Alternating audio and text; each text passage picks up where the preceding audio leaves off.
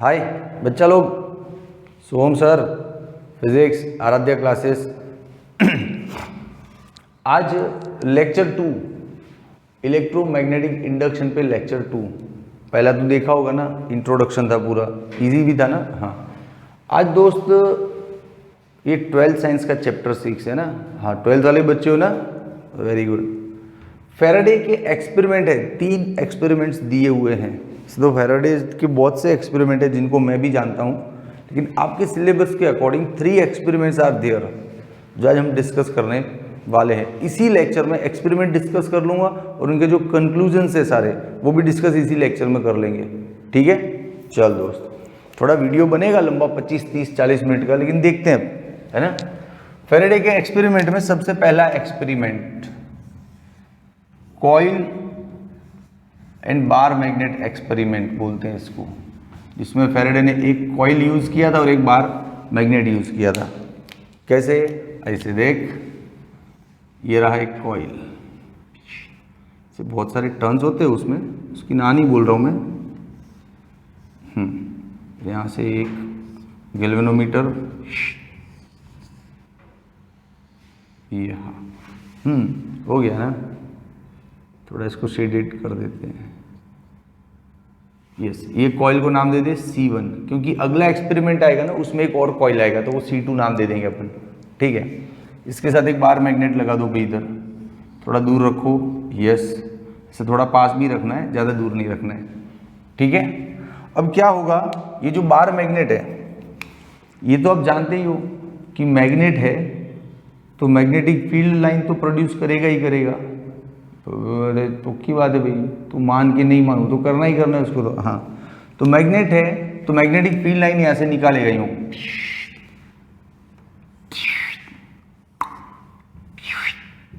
ऐसे। अरे आवाज आता है मैग्नेटिक फील्ड लाइन निकलते तो पिक्चरों में देखा नहीं क्या? ये लाइन जो यहाँ से गया ना वो घूम के यहाँ से वापस आएगा, ये लाइन जो गया ना वो भी घूम के ऐसे इंटरसेक्ट नहीं करेगा। तू समझना, ड्राइंग की फीलिंग को समझ यार, ऐसे इंटरसेक्ट नहीं करता है, लेकिन अब बन नहीं रहा है यार, ऐसे ही बनता है। तुझे परफेक्ट एग्जाम में बनाना, मुझे कौन सा एग्जाम देना है, बस हो गया, समझ गया, वेरी गुड, गुड बच्चा। नॉर्थ एंड साउथ, यस, जितना भी लाइन यहाँ से निकला ना वो सारा घूम के वापस अंदर आया।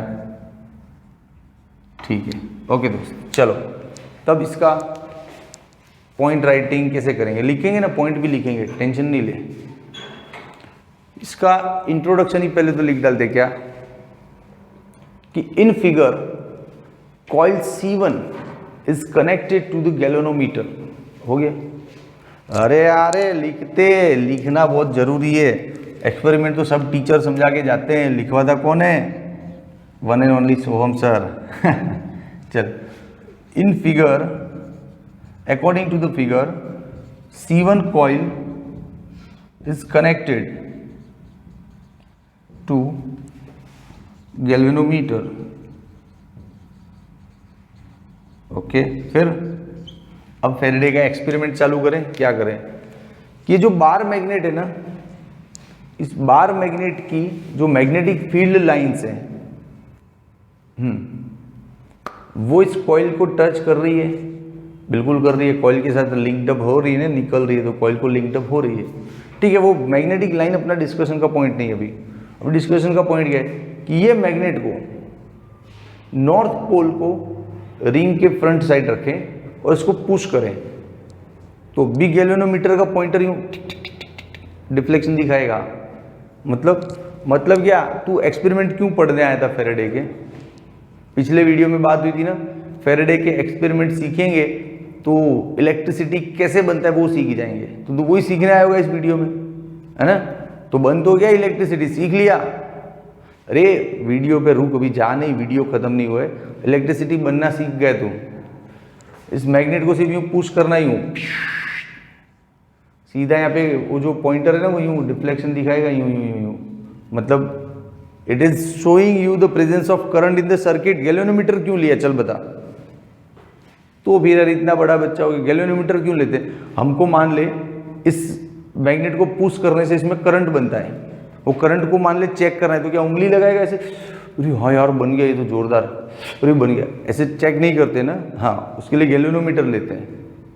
गैल्वेनोमीटर का नीडल जो होता है पॉइंटर, वो डिफ्लेक्शन दिखा देता है, पता चल जाता है कि current is there in the circuit. Okay ठीक है। अब सिर्फ इस मैग्नेट को पुश करने भर से काम नहीं होगा, ऐसे 5-6 मेथड है, वो सब यहाँ पे डिस्कस करना है फटाफट फटाफट। मैग्नेट को देख यूं पुश करेंगे तो पॉइंटर यूं डिफ्लेक्शन दिखाएगा मान ले। मैग्नेट को वापस रिवर्स ले आएंगे तो पॉइंटर उल्टी डायरेक्शन में डिफ्लेक्शन दिखाएगा, करंट का डायरेक्शन उल्टा हो जाएगा। मैग्नेट को रोक देंगे, पॉइंटर बैठ जाएगा, जीरो डिफ्लेक्शन दिखाएगा, है कि नहीं। तो फिर एक और, मान ले मैग्नेट को उल्टा कर देते हैं, मैग्नेट को उल्टा करके साउथ इधर नॉर्थ इधर कर देते हैं, तो क्या होगा सर? तो वही होगा जो वो रिवर्स होगा, जो नॉर्थ पोल को इस साइड रखने पे जो रिजल्ट मिले थे वो सारे रिजल्ट अपोजिट मिलेंगे साउथ पोल को इस साइड रखने से।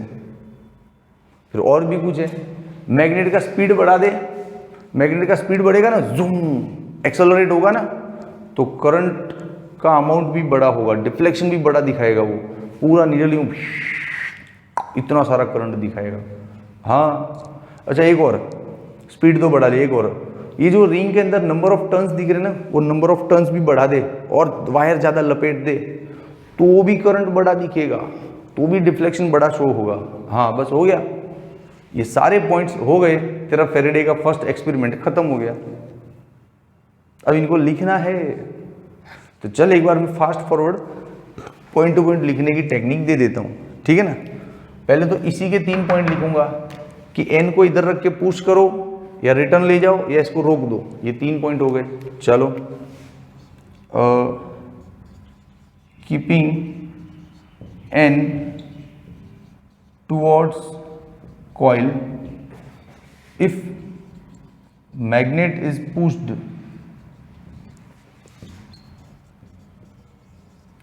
pointer shows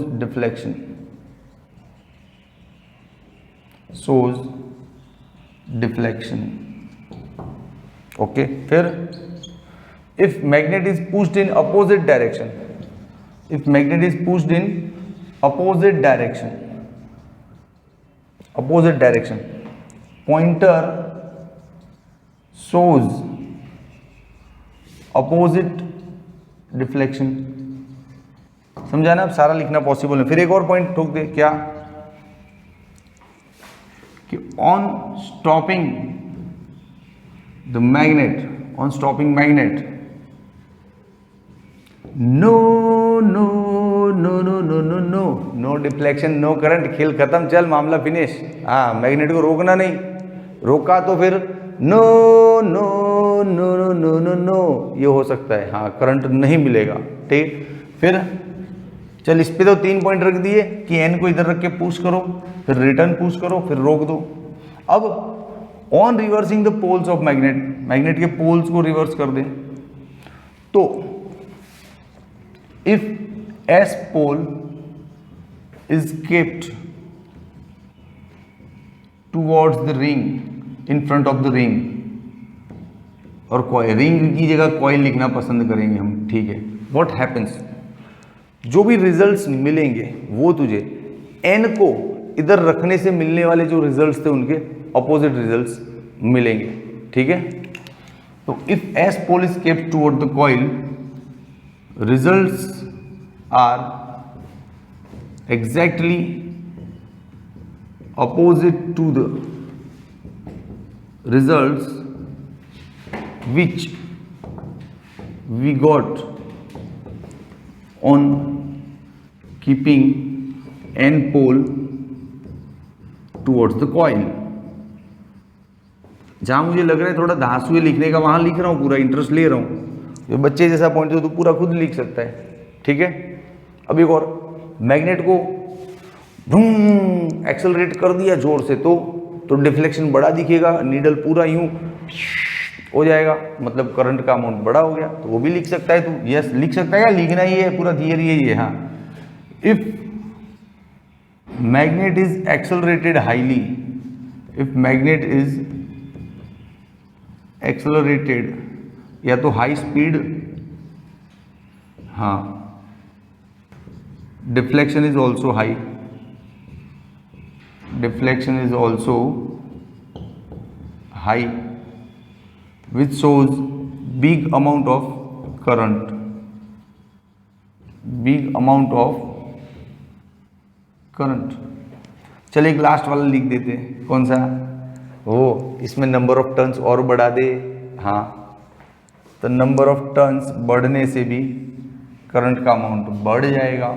यस, बस। तो मुझे तो मजा आ गया एक्सपेरिमेंट। अब इस एक्सपेरिमेंट के कंक्लूजन्स हैं टोटल 3 टाइप के, पहला, दूजा and Teeja.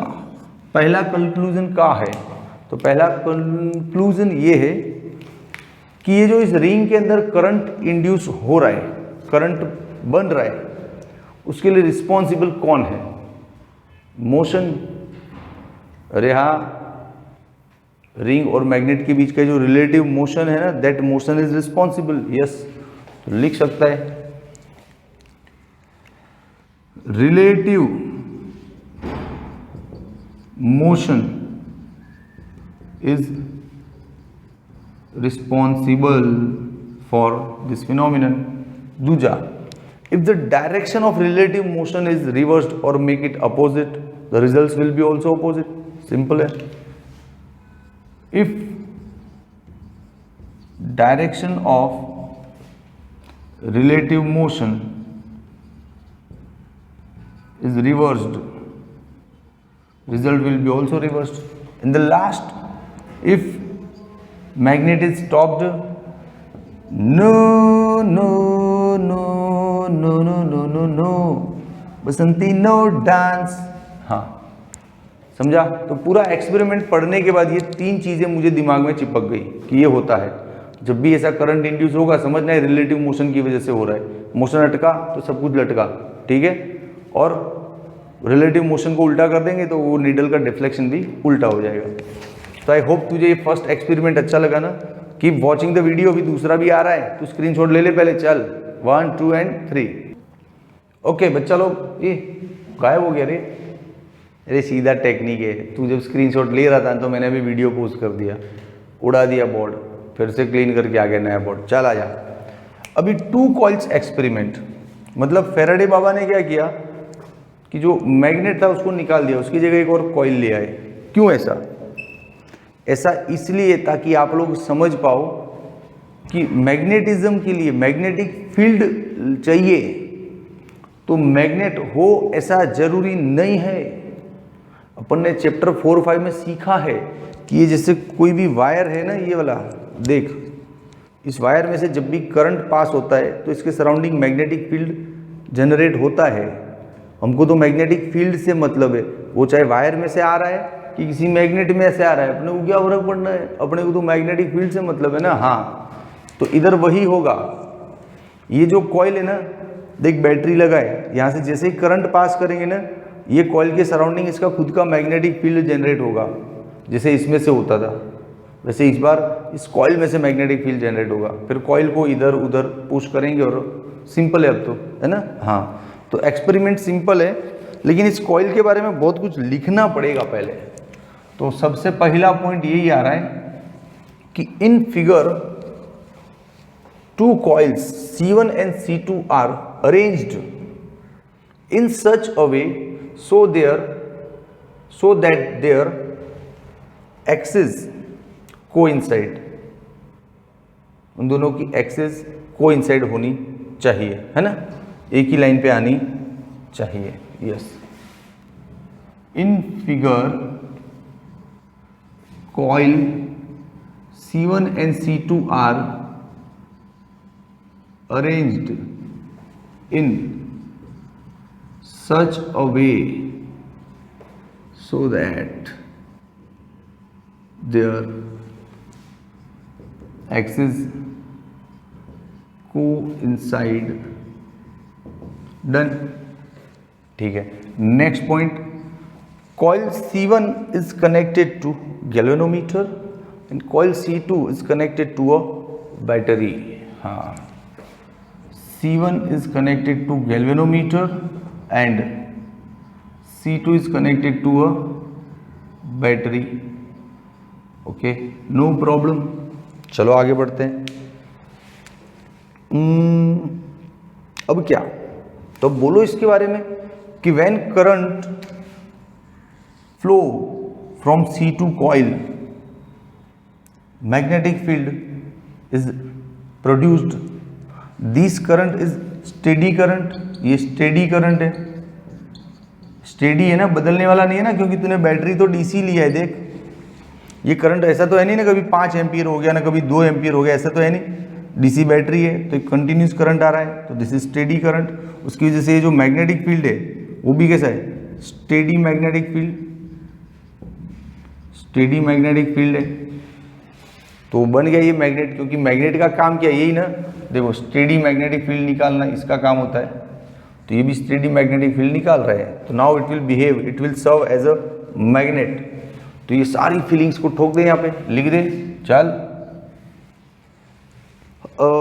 On passing current through the coil C2 magnetic field is produced, चल लिखता हूं, on passing current through C2 coil, technician ये लाइन से बाहर नहीं जा रहा है ना, अब देखना, magnetic field is produced, this is steady current, this is steady current, so magnetic field is also stationary or steady, thus we can say that, अरे यार फेरेडे के एक्सपेरिमेंट तो साइड में रह गए, कितना लिखना पड़ रहा है, लेकिन लिखना पड़ेगा, लिखना पड़ेगा, ये C2 के बारे में सब इंट्रोडक्शन देना पड़ेगा, तूने पूरा का पूरा मैग्नेट रिप्लेस किया है C2 की हेल्प से, मैग्नेट को हटा के तू C2 लाया, तो C2 के बारे में लिख कि ये मैग्नेट जैसा ही काम करेगी, घबराओ मत, तो इतनी सांत्वना तो देनी पड़ती है ना थियरी में। हाँ, thus we can say that C2 behaves as a bar magnet। बस बस, अब आगे के पॉइंट्स तो तू जाने, तेरा काम जाने, अपना तो काम हो गया। क्या कि when C2 is pushed towards the C1, a galvanometer pointer will show the deflection. When C2 is pushed in opposite direction, the deflection will be also in opposite direction. When C2 is stopped, no current, है कि नहीं। फिर इसमें क्या किया था कि magnet को उल्टा करके पोल चेंज कर दिए थे, इसमें बैटरी का पोलरिटी चेंज कर दे, इस बार बैटरी का पोलरिटी चेंज करेगा तो सारे डिफ्लेक्शन रिवर्स हो जाएंगे, है ना। तो बस ये 3-4 पॉइंट से लिख सकता है, खत्म किस्सा। ये बैटरी का पोलरिटी चेंज करने पे जो पहले रिजल्ट्स मिले थे उसके अपोजिट रिजल्ट्स हमको मिलेंगे, समझा। चल दोस्त ले ले स्क्रीनशॉट, फिर एक और है अपने पास, तो चल 1, 2 एंड 3। बच्चा लोग हो गया आपका स्क्रीनशॉट, इजी था, छोटा एक्सपेरिमेंट था ना, सिर्फ मैग्नेट को रिप्लेस किया कॉइल से, तो कॉइल के बारे में समझा दिया, बाकी तो सब वही आपको करना था, इधर उधर movement, push and all that. Okay, अब एक धांसू पॉइंट है, क्या अपन ये 2 एक्सपेरिमेंट सीख रहे हैं, उस पर से यही सीखा है कि इस वाले C1 में जो करंट इंड्यूस हो रहा है वो इन रिलेटिव मोशन की वजह से हो रहा है, जैसे ही हम अटक जाते हैं करंट बंद हो जाता है, यही सीखा है हमने। लेकिन फैराडे बाबा का ऐसा बोलना नहीं था, वो तो हमने ऑब्जर्व किया और ऑब्जर्वेशन लिखते जा रहे हैं। फैराडे ने तो ये बोला था, फैराडे ने तो मना किया था कि सिर्फ ये जो रिलेटिव मोशन है that is not the absolute requirement for EMI, electromagnetic induction के लिए this is not only requirement कि ये रिलेटिव मोशन होगा तो ही होगा। हाँ, रिलेटिव मोशन से करंट प्रोड्यूस हो रहा है, मना थोड़ी कर रहे हैं, लेकिन रिलेटिव मोशन से ही होगा is not correct, there are other alternates also. तो उसको प्रूव करने के लिए फैराडे बाबा ने एक और एक्सपेरिमेंट दिया, यही वाला एक्सपेरिमेंट, लेकिन यहाँ पे एक स्विच लगाया और स्विच से पूरे एक्सपेरिमेंट को ऑपरेट किया। देख कैसे, समझ। ये 2 रिंग ले ले पहले तो तू, हाँ ये इधर से, एक वायर इधर से, हो गया गैल्वेनोमीटर, ठीक है दोस्त। ये हो गया अपना C1, फिर एक और कॉइल इधर ले ले, ये इधर एक बैटरी, ये छोटा नेगेटिव, और ये हाँ यहाँ पे एक टैपिंग की ले लिया, मतलब जैसे टप टप दबाने वाला बैटरी, दबाने वाला की, स्विच, समझना, स्विच टाइप, हाँ वही। ये हो गया अपना C2, एक्सिस को inside, magnetic field is also there. अरे बाप रे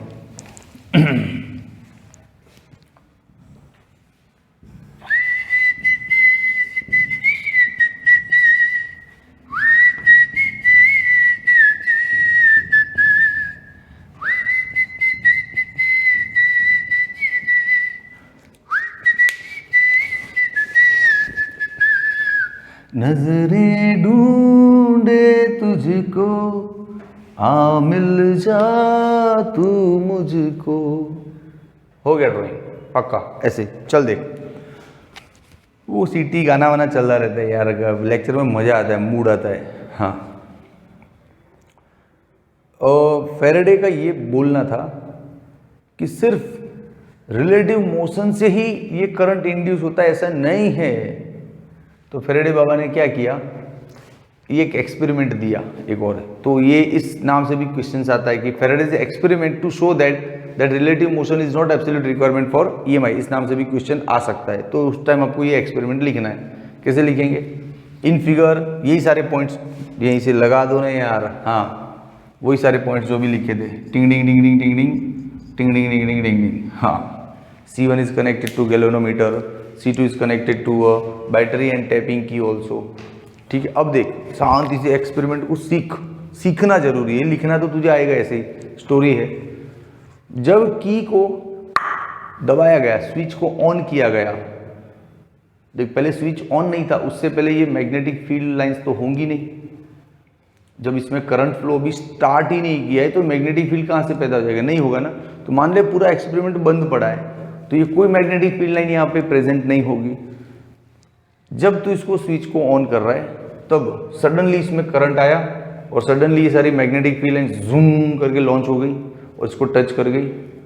मतलब इसके साथ एसोसिएटेड जो मैग्नेटिक फ्लक्स है वो बढ़ गया। पहले जीरो था, कुछ नहीं था, और अब अचानक से बढ़ गया, तो चेंज हुआ ना।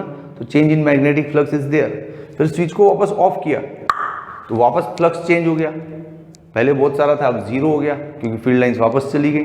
तो ऑन टैपिंग द स्विच, टक टक, चालू बंद, मैग्नेटिक फील्ड लाइंस आए गए। तो इसके साथ जो एसोसिएटेड मैग्नेटिक फ्लक्स है उसमें चेंज हो रहा है ना। तो इसमें डिफ्लेक्शन दिखता है। लेकिन फेरेडे ने ये भी बताया कि जैसे मैं स्विच को ऑन कर दूं, टक, डिफ्लेक्शन हो गया, फिर स्विच को ऑन ही रख दूं तो फिर डिफ्लेक्शन वापस जीरो हो जाएगा, वो टिकेगा नहीं। क्योंकि एक बार मैग्नेटिक फील्ड लाइन आ रही है तब इसके साथ एसोसिएटेड फील्ड में कुछ चेंज हो रहा है कि जीरो था और अचानक से बढ़ गया तो चेंज हो गया। लेकिन अब मैग्नेटिक फील्ड लाइन इधर टिकी हुई है मस्त स्टेडी, तो कहाँ कुछ मैग्नेटिक फ्लक्स में फर्क पड़ रहा है, नहीं पड़ रहा है ना। फ्लक्स में जो है वही है, तो करंट इंड्यूस नहीं होता है। हाँ, तो ये बात पकड़ के रखते हैं ना दिमाग में कि सिर्फ रिलेटिव मोशन नहीं, change in flux is important, not relative motion only, change in flux is important. हाँ, ये बात को पकड़ के रखते ना। ठीक है, तो बस ये हो गया।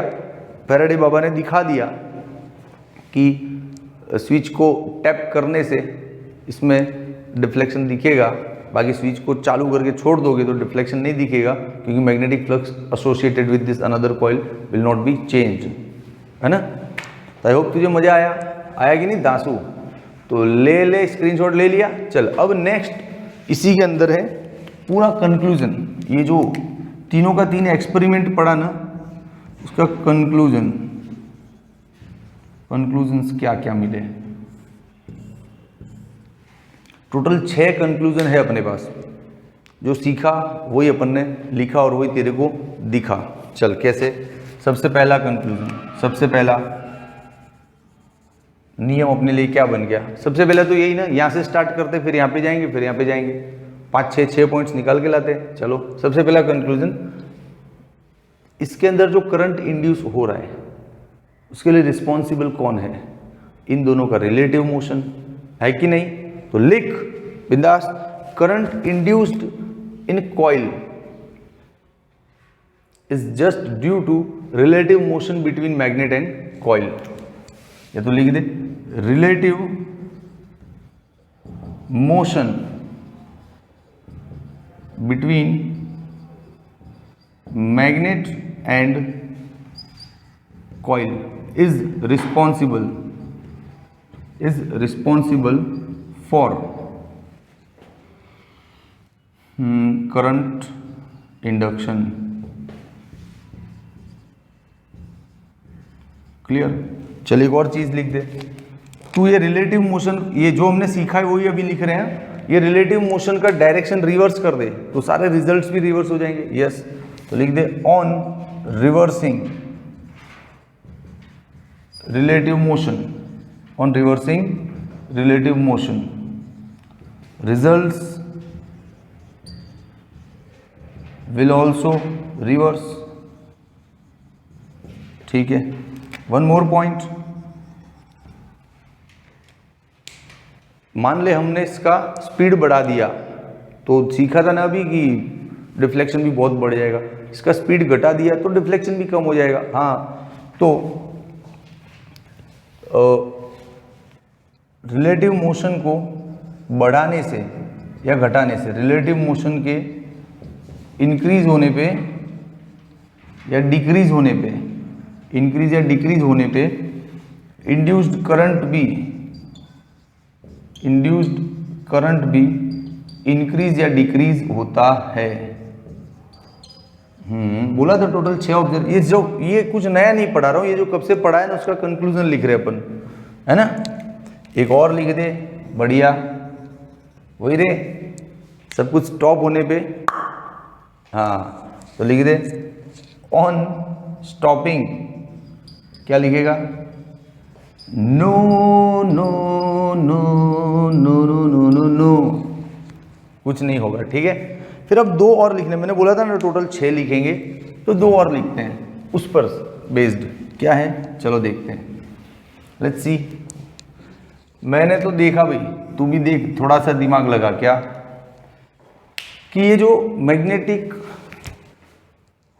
फ्लक्स इसके साथ एसोसिएटेड है, उसमें जब चेंज होता है ना तभी करंट इंड्यूस्ड होता है। Yes, very good. तो लिखो इसको अच्छे से, क्या लिखोगे? Flux associated, change in flux associated with the coil is the reason of induction of current. ऐसे लिख सकते हैं, थोड़ा अच्छे से लिख, स्टैंडर्ड लैंग्वेज में लिख कि व्हेन मैग्नेटिक फ्लक्स